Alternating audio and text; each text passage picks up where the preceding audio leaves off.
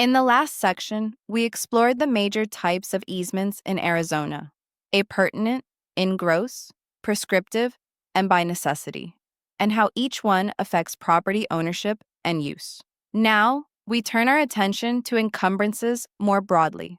While easements are one form of encumbrance, Arizona law recognizes many others, each influencing how real estate is transferred, used, or financed. Understanding the characteristics and methods of creating these encumbrances allows real estate professionals to identify potential title issues, explain them to clients, and ensure that property transactions comply with state statutes and commissioners' rules. An encumbrance is any legal interest, right, or claim that affects or limits a property owner's ability to transfer clear title or to use the land freely. Encumbrances may be financial or non-financial, and they can either burden the title, such as a lien, or restrict its use, such as a deed restriction or easement. According to ARS, paragraph 33-412, all encumbrances that are recorded in the county recorder's office serve as constructive notice to the public,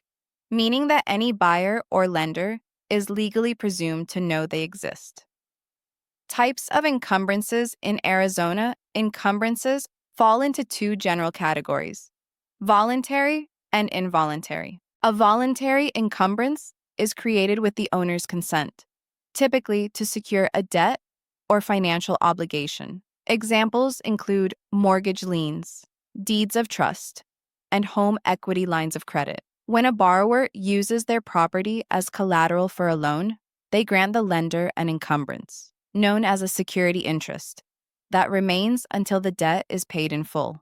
This type of encumbrance benefits both parties. The borrower gains financing, and the lender gains protection through a recorded lien. An involuntary encumbrance, on the other hand, is placed on the property without the owner's consent. This can occur through legal action, taxation, or statutory authority. Common examples include property tax liens, mechanics liens, judgment liens, and IRS liens. These encumbrances typically arise when a property owner fails to meet financial obligations, and they often take priority over other claims, depending on when they were recorded. For instance, under ARS, paragraph 42, 17153, property tax liens in Arizona automatically attach to real property on January 1st of each year and take precedence over all other liens. Methods of creating encumbrances. Encumbrances may be created through several methods, depending on their nature. By agreement, voluntary encumbrances, such as mortgages or deeds of trust, are created through written contracts between the property owner and another party. Once executed and recorded, these agreements become enforceable encumbrances that appear in the public record. By law, statutory encumbrances. Certain encumbrances arise automatically under Arizona statutes. Property tax liens and homeowners association liens are examples of statutory encumbrances that attach to property by operation of law, even without a recorded document. By court action, judicial encumbrances. Courts may impose encumbrances such as judgment liens to satisfy legal debts. Once a judgment is entered, the creditor can record a judgment lien against the debtor's property, creating a legal claim that must be satisfied before title can transfer. By operation of use, prescriptive or adverse encumbrances. Similar to a prescriptive easement, some encumbrances may arise from continued use or possession, such as through adverse possession or an unrecorded right-of-way that becomes legally recognized after long-term, open, and notorious use. Examples in practice. To understand how encumbrances function in real transactions, consider a few real-world examples. Example 1. A homeowner in Gilbert obtains a home improvement loan secured by a deed of trust. The lender records this document, creating a voluntary encumbrance. If the homeowner sells the property, the lender's lien must be paid off through escrow to deliver clear title to the buyer. Example 2.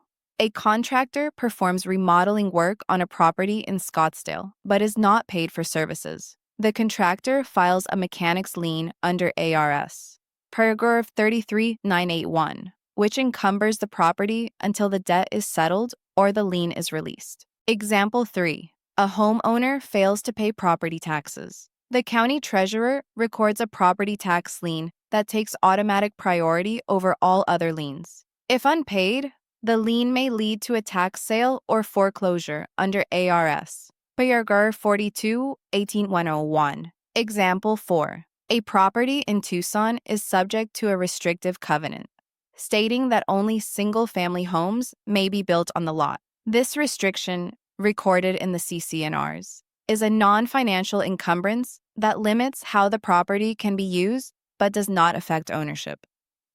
Encumbrances and title. Encumbrances are routinely identified in title reports and are critical to determining whether a seller can convey marketable title. Marketable title means ownership that is free from significant defects or claims that could affect value or use. While some encumbrances, such as utility easements or HOA restrictions, are common and acceptable, others may require resolution before closing. Escrow officers often work with lenders, title companies, and attorneys to ensure all liens are paid off or released before transferring ownership. Failure to disclose or clear an encumbrance can result in legal consequences. Under ARS, paragraph 33-420, any person who knowingly records a false or groundless document that purports to encumber real property may be liable for damages and attorney's fees. This statute protects property owners from fraudulent filings and ensures the integrity of Arizona's recording system. Case example: Wyatt v. Waymueller, 1987. In this Arizona Supreme Court case, a party recorded a false lien against another's property without valid legal grounds. The court ruled in favor of the property owner, awarding damages under ARS, paragraph 33-420. The case illustrates the seriousness of recording encumbrances and reinforces the importance of verifying their legitimacy before recording. Discussion. What is the primary distinction between a voluntary and an involuntary encumbrance? Answer. A voluntary encumbrance is created with the owner's consent, such as a mortgage lien, while an involuntary encumbrance arises without consent, such as a tax lien or judgment lien. How can an encumbrance affect a property's title? Answer. It can limit the owner's ability to transfer clear title or reduce the property's market value until the encumbrance is resolved or released. What statute protects property owners from fraudulent or false encumbrances? Answer. Arizona law under ARS.